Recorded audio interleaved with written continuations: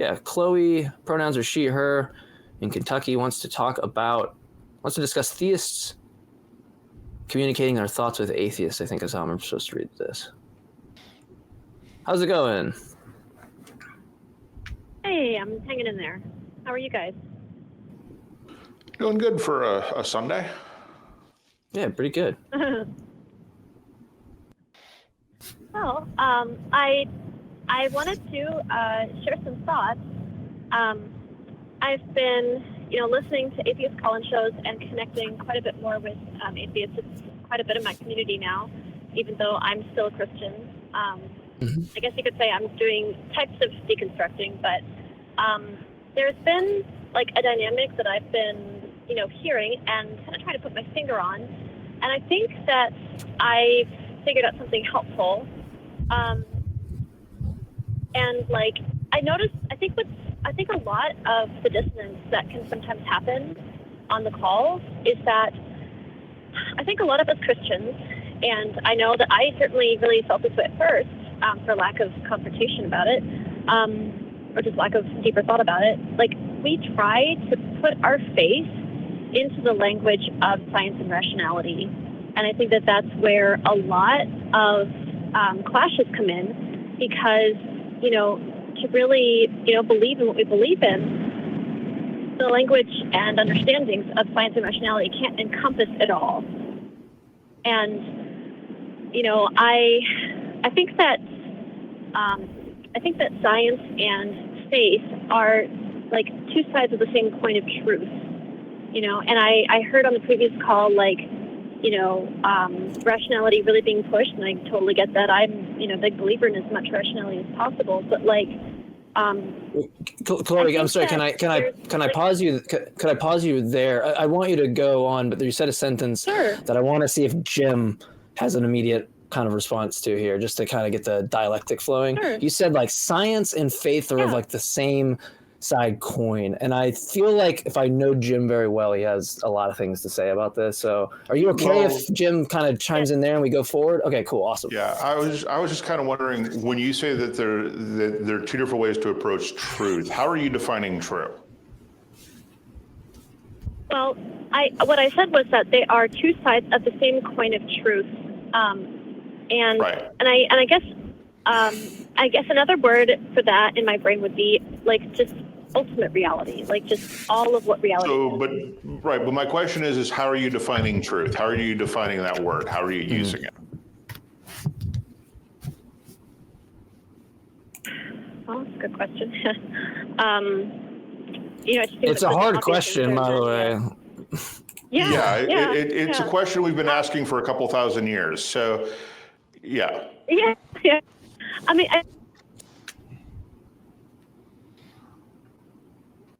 or not, whether we've discovered it or not, but it is there. It is real. Yeah, so there are things, we'd say that 1 + 1 = 2. That is true, but that's fine. But how do you determine if something else is true? If somebody makes a claim like it's raining outside, how do you determine that's true? Well, for something as simple as that, you'd look out the window. Is it really that simple? Because if I say it and JMike says, no, it's not, we can both be right because we're not even in the same state.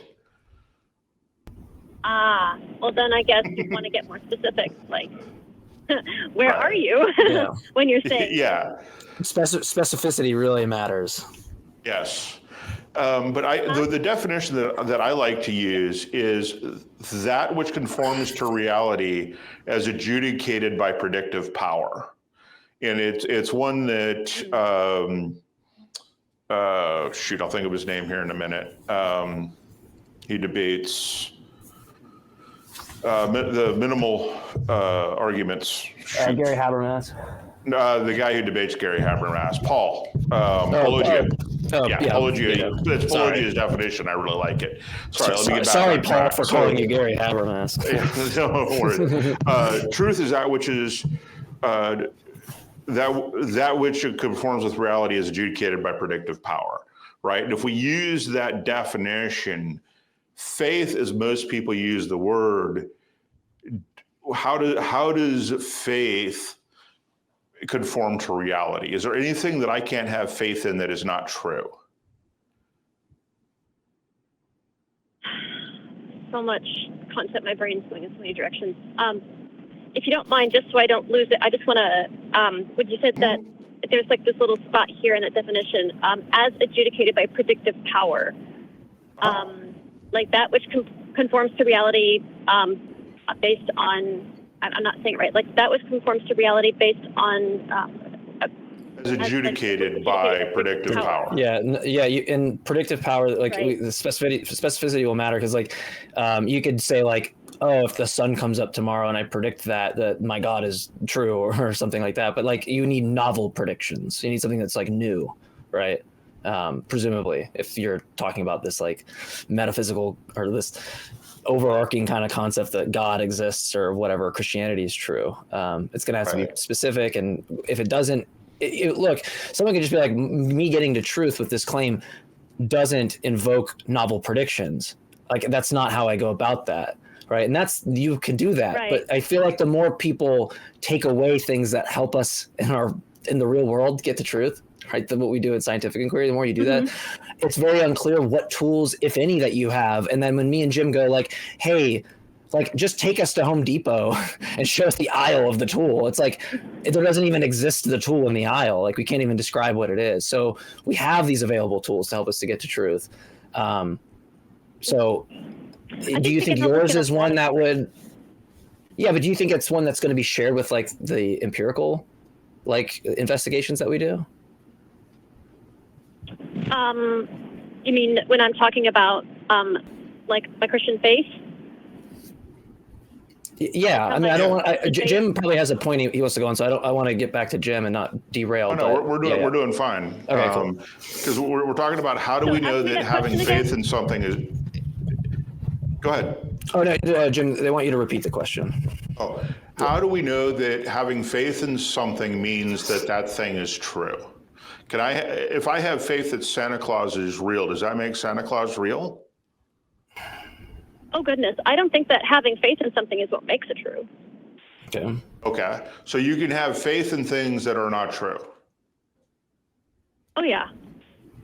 Okay. So how are faith and science two sides of the same coin, or two sides of truth, as you put it?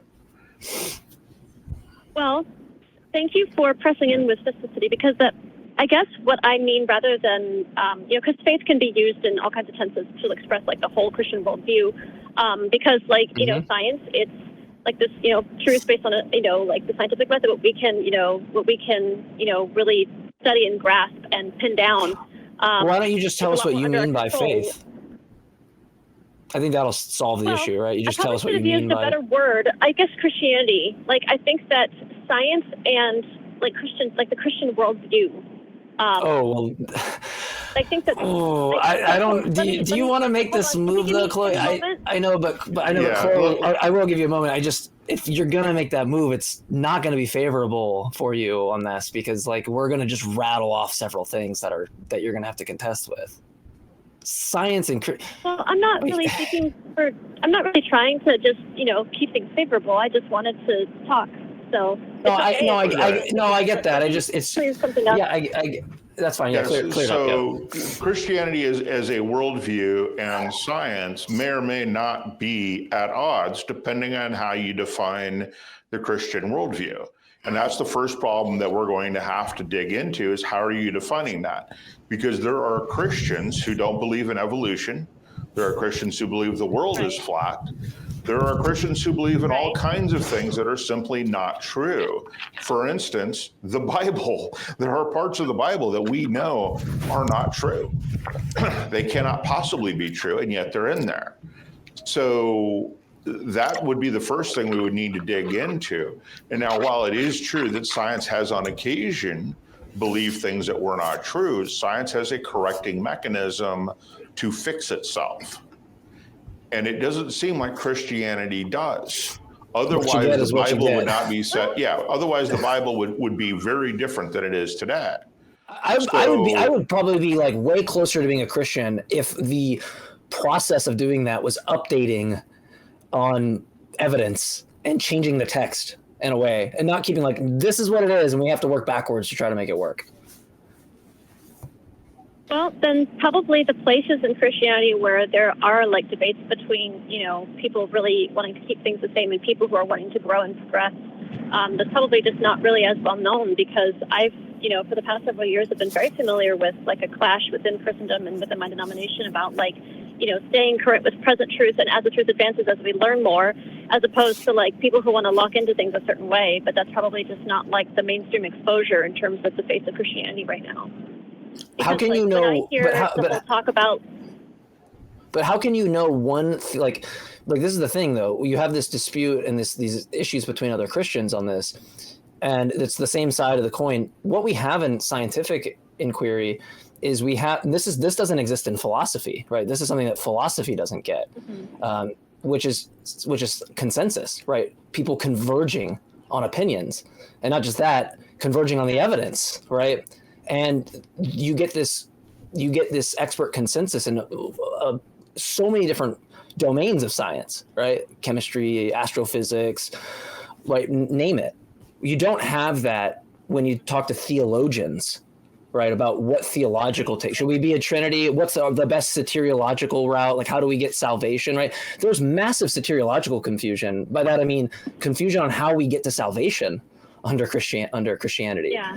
And this isn't like, so when you say it's the same side of the coin, it's like even something that I think is pretty helpful, like philosophy, is pretty far removed from, because you like, look, you can just ask three philosophers in a room, are there three philosophers? And they'll like have a debate about whether or not there's three philosophers in the room. Nobody converges on these like metaphysical kind of questions, right? There's definitely good value and benefit you can take. I've become a better reasoner because of it, but I haven't come to like, this thing is true or that thing is true, like sitting in the armchair doing that. And if I went to another philosopher when I did do that, what would happen is they'd probably disagree with me. And that seems to be what's so distinct from scientific inquiry and all of these other attempts at getting to truth, like metaphysical truth or these other truths or moral truths. They are in the exact same place that they started, right? And if they're not, it's like a regressive research project. They're actually going backwards. So it's hard for me to like really take this view seriously that they're like the same side. If you mean, because like the confusion there is in every aspect. There's so much confusion. Mm-hmm. Well, I think that what you're saying is totally valid, and I have a thought came up about that that helps to kind of differentiate why consensus in Christianity is such a mess, whereas it's far simpler and more tidy to find consensus elsewhere in other disciplines. And I think it's my personal thought that's coming up is because since I'm a Christian who does believe that God is a person and that God is love, that means that everything to do with Christianity, no matter how formal and scholastic it gets in the outer branches, is that it is innately personal. I do believe in God having the adversary Satan, and so like just listening to but it's not personal. It's not personal. But okay, how is it personal? All the people that die that don't. All right, that's fine. I just get this thought out. Of course. So let's put it this way. A friend of mine refers to my beliefs as a Christian as crazy magic shit. So within the paradigm of my crazy magic shit, the logic is that because everything to do with Christianity is like intrinsically personal in its DNA, and therefore prone to a great deal of subjectivity being quite relevant. I think that right there, I think those are huge components that make it really understandably likely for all kinds of difficulty to exist, far more difficulty to exist in finding consensus than in these other disciplines. What's the difference in saying that and I'll say this last thing, I'm sorry to walk over you, Jim, but this is the same mentality that con men and like spiritual gurus that want to steal your money say, that it's a personal thing and like it's going to be a reflection within you, and then everything on the outside might like seem like crazy or weird, or people won't agree with you, or they'll point out things that are incongruent with the belief, right? But that's part of the thing. It's a personal thing, and it's going to test your faith. It's going to test you. Those are the exact things that keep people in cults. Those are the exact same things that keep people in abusive relationships, right? You're not doing yourself any favor by holding this mantra that like it's personal and that times will be like tough or hard. I want to add words into it, and then expect that to like convince someone else like myself, like, look, I don't have personal experiences with Jesus. So you're going to have to give me something more than just insisting that, or else I'm doomed to hell forever. All right. So like, this just doesn't get us anywhere closer to whether or not the proposition is true. It just makes me more and more skeptical through it when I'm like, well, this is literally what's employed by like con men. This is the exact tactics they use. Well, the bad people in self-help sections of bookstores that aren't actually there to help people, but to ensnare them. So could I, two things come to mind. I think I can say them quickly. First of all, just real fast, I don't think you're doomed to hell at all. Whether or not, you have personal experiences with Jesus before the end. And secondly, though, what I want to say that. And then secondly, it's just regarding the whole thing about how that's what, the con men thing and the abusive relationship thing. The reason why I started by talking about the innately personal nature of all things Christianity is because the younger me, in an older era, would have, put my foot in my mouth in the classic way of saying, well, there's a lot of people just not doing it right, but then of course I told them what is the right way, I do think that there is a difficult to achieve ultimate right way, kind of like how there's only certain chefs who can get the Michelin stars, even though all of us can make food that's edible. But to start off that way, it's just I've listened so many times and absorbed like how obnoxious that sounds to like all the people who are really trying, like, oh, we're just not doing it right. And the thing is that if something is really innately personal, and even if it is innately personal and there is one way to do it right, I think there's just a lot more potential for a lot more conflict and confusion and difficulty. Well, it can only help you if it's personal. Yeah, I have to say to the crew, my screen went black. So if you can just like have it on Jim for a second. I don't know why my monitor is gone, so I can't see anything. So if crew can just single me out with Jim, that'd be great. So let me just respond with, how do you know you're interpreting a book right? What's your objective measure for making that determination? Now you're talking about a book or the Bible?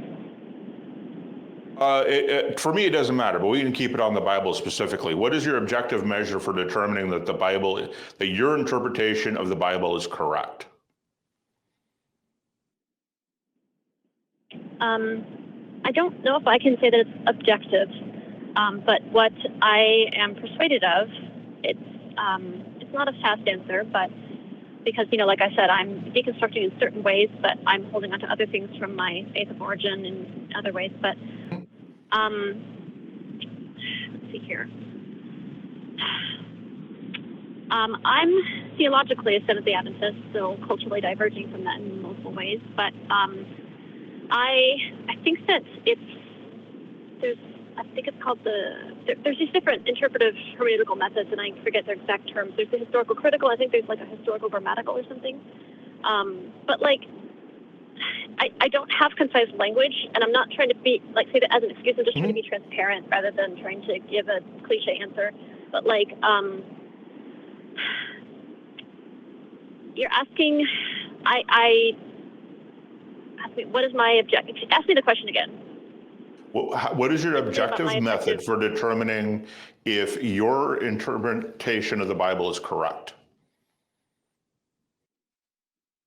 The fastest thing I can say is that I don't know that I have an objective method.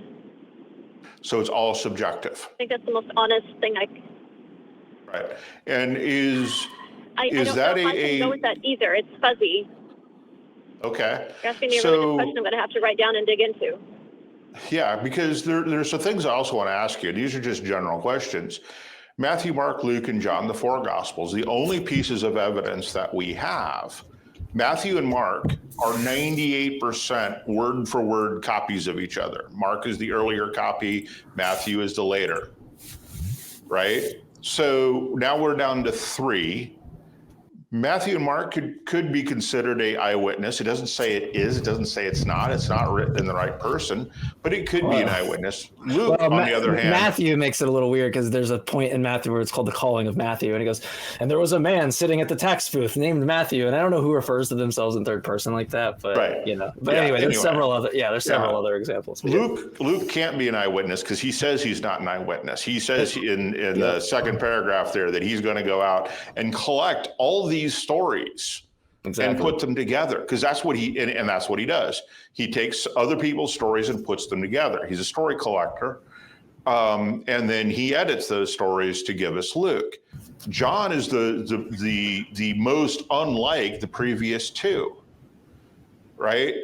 And he's the one who really gets into a lot of the Jesus is the Lamb of God, Jesus is a sacrifice, and all of that kind of stuff. So how is there anything objective to look at when you have stories created by people for theological purposes, curated by people with theological purposes, and those aren't all the same purpose? How do you objectively come to a conclusion about that situation? Mm-hmm.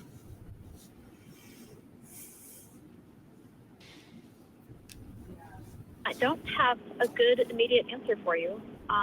What does pop up in my head is that my gut reaction about saying that they all had theological purposes, and when I think about, back in that era, I don't necessarily think that they thought of it as a theological purpose. I think that they thought of it as like, this is important for everybody's grasp of reality. Like, right, that's a theological purpose. Who was educated as a doctor.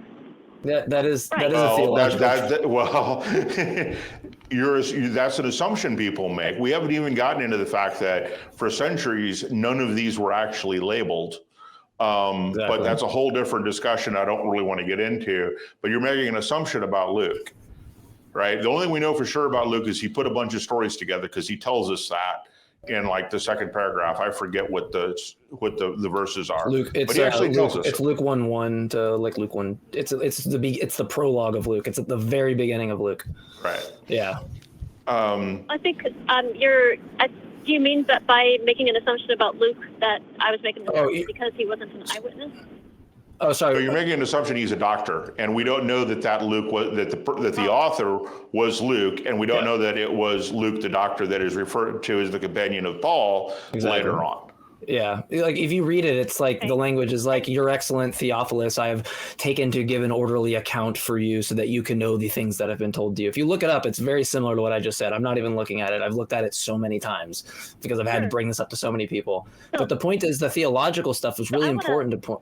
It's really important to point out, though, that if you're taking Jesus's words, if Jesus and Paul weren't talking to people 2,000 years later, which is my view, I don't think they were. I think they were talking to their generation very specifically. Then if you just go from that point on, you're going to miss something. You're going to be like going on a trail where you miss something very important to me, which is, how do we know what Jesus said? Right? What methodology can we use? And then using the gospel writers, how do we know which ones are putting lips on the words of Jesus to stress theological points? And I can give you several of those in Luke, like Luke 17:20-21, which makes a direct attempt. It's unique to only Luke. It's a direct attempt to go, though the kingdom of God's not, this judgment that's coming. It's a spiritual thing, and it's already present in my ministry. So if you don't do these moves, what you're going to end up doing is like accepting stuff that you shouldn't be accepting, because when I read the Bible, I'm sitting there going, holy shit, is this a theologically stressed point that early Christians did not believe in? So it just sounds like you need to, do you think that like Bible scholarship would help you at all? Like if you found out that the Bible was constructed in such a way and the things that Jim is telling you, would that affect your faith at all? I mean, if I came to a place of agreement with him, I'm sure that would, have an impact on my Christian experience. And there's a couple things I want to say before I lose them.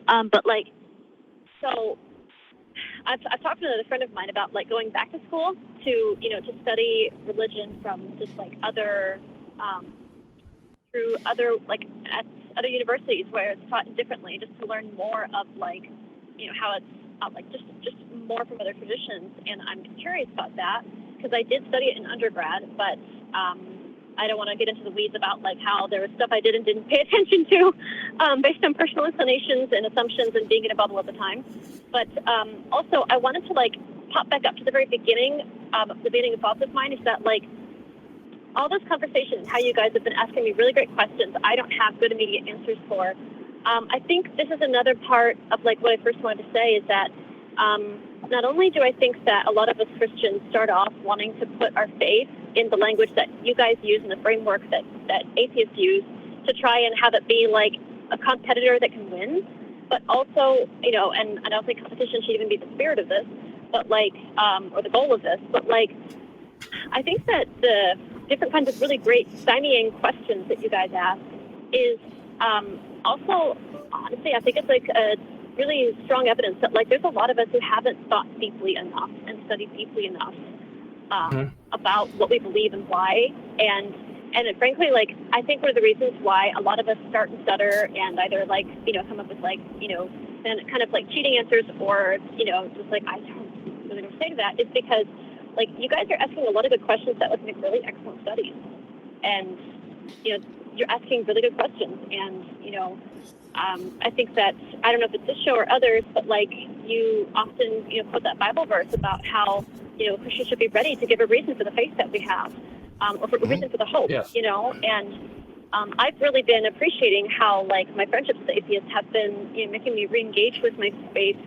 Also because like in a recent, I was recently divorced, and the whole experience was more than I thought. I was already kind of like at the peak of like religious betrayal trauma, and there was more. And I was in a great deal of pain, and it made a lot of how I functioned as a Christian just something I just could not engage with. But then unexpectedly, I had a lot of new friendships with atheists that were deepening, and it led to like a lot of really wonderful, sharpening conversations that I really loved. And I'm worried that I'm worried that you're thinking about atheists, and I'm worried though that you're thinking about it. Like a lot of the people in the show were former Christians, right? I'm not one of them, but just keep in mind that a lot of these people you're talking to, they're giving these responses because they've struggled with this exact thing. They had a time in their life where this was the biggest thing that they struggled with. Right. Yeah, but let me give you some home. Yeah, let me give you some homework. This is something that Dr. Bart Ehrman says he does in his classes, and that is he has his students create a timeline for all 4 of the Gospels so that you can see the order of things happening, and you can ask really important questions about this, like why does Christ ride a donkey in to Jerusalem and a horse? Because he does both, depending on which gospel. And it'll really highlight some of these differences where you can ask the question, why? Why does it do that? And one of the reasons why is because there are 2 different quote unquote prophecies about Jesus entering Jerusalem on a donkey or a horse. Which by the way, if Jesus had rode in like fulfilling some, prophecy during the Passover feast with a heightened sense where you have like soldiers outside the skirts to the city boundaries to protect. They're inside more so in this to watch out for these kinds of like uprisals right at this time. And Jesus riding in on that is like everything we know in antiquity would tell us that he would have been taken out of the public eye immediately. And the gospel even has stuff in that where they show this kind of stuff where like they're being taken out of I can't think of the exact thing. I was talking with a friend of mine, goes by Deconstruction Justin, if anyone knows him, really cool guy. He's got like crazy degrees and stuff on this that I don't even want to pretend that I know what he has. So I'll just say he's a really smart dude with degrees. But I talking with him and other people about this, you don't get like, if you just also peer into like antiquity and what's likely to be the case, you get these like really weird like inconsistencies that what's being told is not something that would be representative of first century Palestine, right? And that they're stressing kind of theological points to push forward. But yeah, I had some other thing I want to say, but I did a brain fart there, so I'll probably just end it there, and it'll come back to me in my sleep and be like, no. But anyway, yeah, Chloe, thank you. I think we have 2 more theists and some atheists that I want to try to get to all of them. So I'm going to try to rapid fire some stuff with about 25-ish minutes left. If we go over, we might go a little over to get some of these calls in. And but Chloe, this has been an absolutely wonderful conversation. Thank you so much. I love these kind of conversations rather than the more contentious ones that we have. So please call back anytime with any of the hosts, and we'll all love to continue the conversation that you have. And I remember what I was going to say. Check out. Well, there's a text that people that are given, and this is what Justin was referring to me. That are given when you study this. It's called, I think, Gospel Parallels is what it is, and they do what Jim is telling you. They'll go in the stories in Mark, same story in Mark, Matthew, Luke, John, and do a side-by-side comparison and like jot out the differences. I think that's way better of an approach with the same story than I'm going to read Mark, then I'm going to read Matthew, then I'm going to read Luke, then I'm going to read John, because you're not going to detect these kind of discrepancies. But anyway, that's what I'm glad I remember that before you go. But anyway, there's plenty of resources, so you don't have to go to specific ones, but they're out there. So. Oh yeah. But thank you, really, Chloe. One last thing, really fast. Yeah. One thing really fast. I just want to be clear. Actually, Oh no! I'm not making the assumption that most atheists are former Christians. Sure. Yeah, I know better than that now. And I mean, I've always known better than that. But like, I've also, sorry, I just really see that a with lot. Yeah. Yeah, and that's actually like why you guys, like, whether you're former Christians or not, like, I love the questions, the way it works in my brain, because I know it's kind of ironic, but like atheists kind of did more to preserve my faith during this past year than most Christians did. So. Oh, well, we're not doing our job very well then, I guess. So we have to fix that. No, I'm just kidding. My goal is not to like change Chloe to an atheist in this call or something, or even have the goal. The goal is to just talk about these things, and then hopefully, my thought is hopefully, if they take something away from what I said and it gives them the kind of reasoning skills that helped me kind of lose the spiritual nonsense shit and like just dumb conspiracy like beliefs that I had, that their life will benefit the way that it benefited me. So that's my goal, and that it'll create more people around me that aren't going to be major douchebags. So so it's a good thing. I think it's a positive thing all around. But anyway, Chloe, thank you so much.